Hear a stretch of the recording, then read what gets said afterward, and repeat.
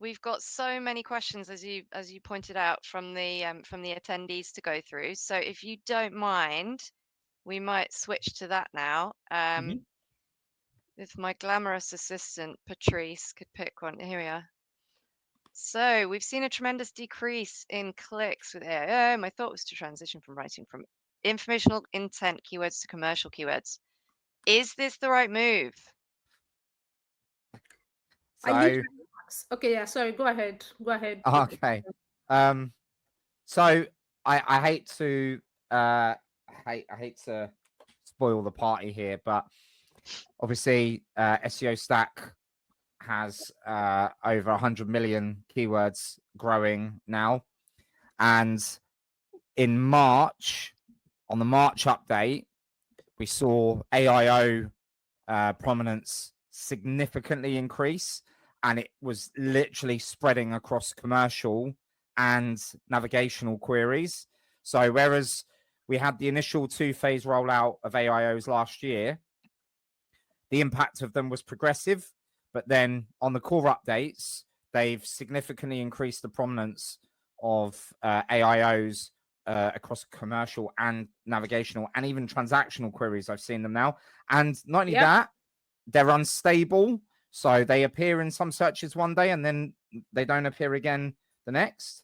So it's almost like nothing is safe from it. I think what I would give in terms of advice is something called compensatory strategy. So what I mean by that is if it took one well put together article to generate 100 clicks, you're now going to need 10 well put together articles, just using this as an example. And obviously each article requires significantly more effort now because of what's happening with Google's indexing policies. So whether or not you're deterred or put off, you should still make a concerted effort to keep creating that content, even though you don't get the same level of reward. Yep. I just dropped that link in the comment section that I have content that literally answers that question. And basically, yes, you should still be creating informational content because you don't want to just keep jumping strategies, tweaking strategies every time there is something new happening. Your SEO and content strategy should be resilient, should be future forward, and if you just keep jumping every time there is something new, you're never actually going to see any sustainable growth. So seconding what Daniel said, you should still be creating informational content. Read that article. It shares how you can do that and get hopefully some better results. Awesome. I'll say follow the money. You write about what it is that's going to make you money. If you're flying, if you're selling flights from New York to Paris, then that's what you talk about, because Google will never actually be able to fly you from New York to Paris. Okay, that's the truth of it. You sell, you talk about the thing you can sell. You can talk around that subject for sure, but if you are just talking about information, I'm afraid the ship has sailed. There's already a lot of books in the British Library, and Google's already scanned them all. All right. So what metrics / tracking are necessary to get a good overview of brand visibility now? I'm newer to brand visibility and I want a way to communicate its value with supporting metrics to clients. I want to say for me, priority will be referral traffic, because that is the direct indicator of what is coming from all that visibility outside of organic. So number one for me, referral traffic. So Wayco's doing it differently. So what we're doing is we've given up on the click altogether. We don't care about clicks anymore, or traffic anymore. For brand visibility, what we're thinking is, and we're launching this thing tomorrow. It was supposed to come out today, so it isn't. But anyway, so our brand visibility tracker will say, you put in the prompts. So what is the best site for sneakers? What is the best site for, whatever your prompts are? It'll then track every day or every other day on the engines that you want, see what brands are mentioned and start to track the visibility of those brands. So what are the best sneakers, and, Nike, Reebok, whatever it may would come out with. That's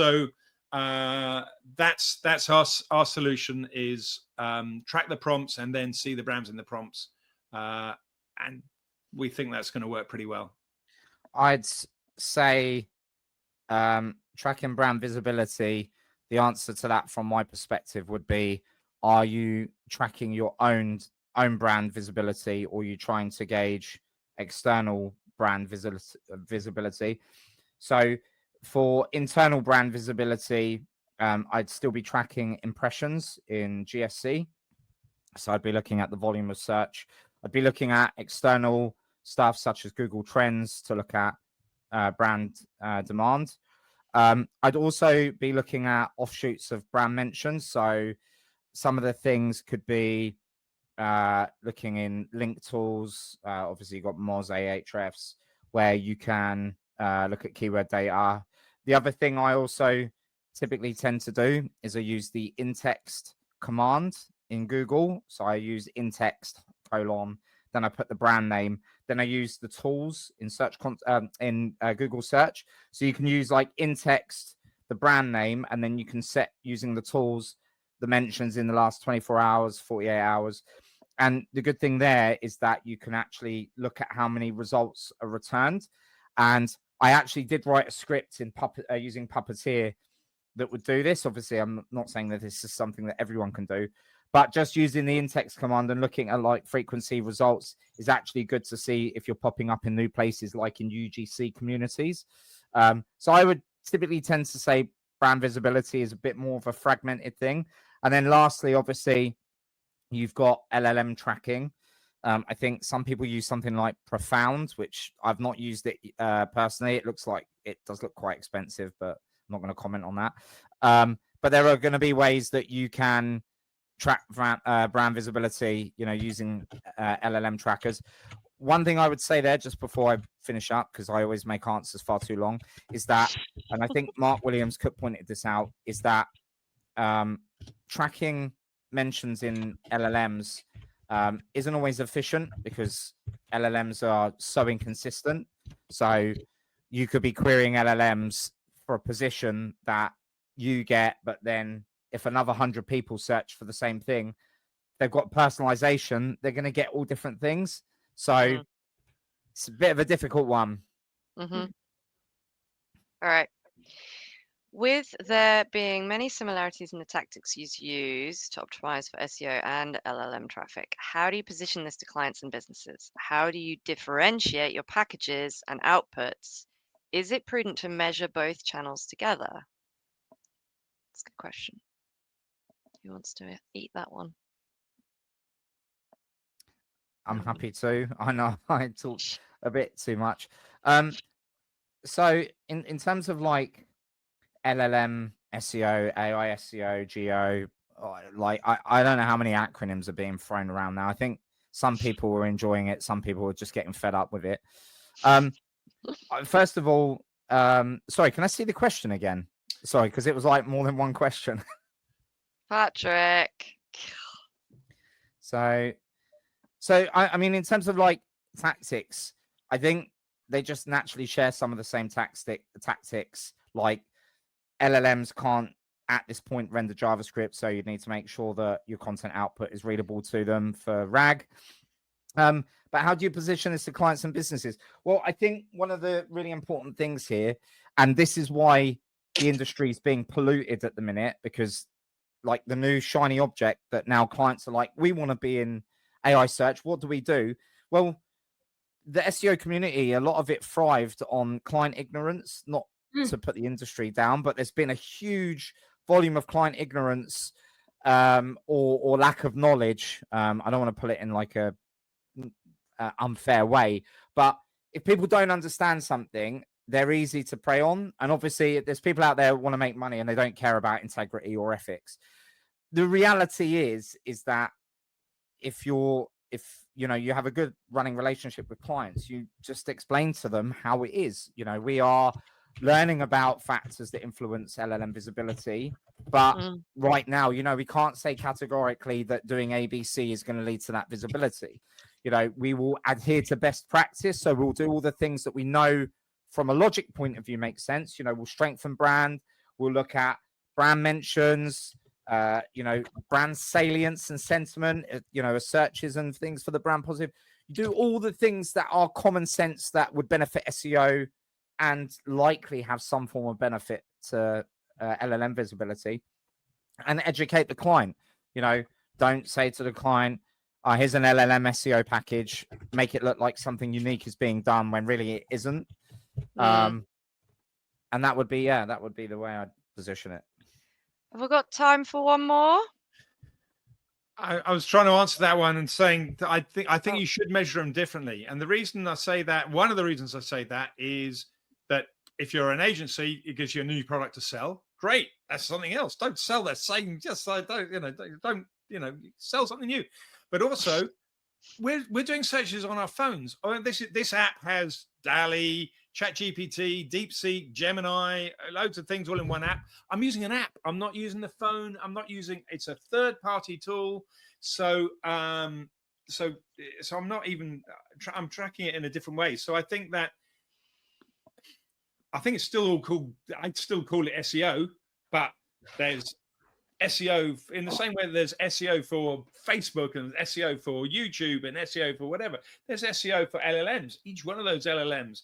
This is great. We've been wanting for such a long time Google not to have a monopoly. Now we've got a splintered operation where everybody's searching different things on different places. We should be rejoicing, guys. We should be rejoicing as in the industry instead of lamenting the loss of clicks. Okay. I was going to say on that note, no. The one thing a marketer must master within the next 6 months. Oh, hi, Angie. Oh, this is a good one. I think I would say what Daniel said earlier, which is, first of all, understand how these LLMs and how all these programs work. A lot of them are open source. Like, you can literally go online and read the patents or the updates on how they work, and maybe use notes. I don't even want to say use Notebook LLM, because you miss a lot of information. Read it word for word. If you have to do it slowly, 1 hour every day, read those patents, and maybe then use an LLM to understand what it means for SEO.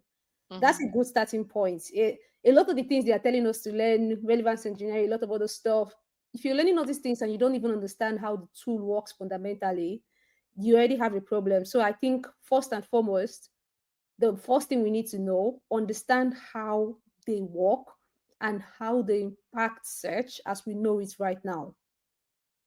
Okay. It is 5 o'clock, guys. So we're gonna have to say goodbye. That's all we've got time for. Thank you so much for joining and for all of your awesome questions. Huge thanks to Daniel, Chima, and Dixon for giving up your time and expertise today. You guys are all amazing.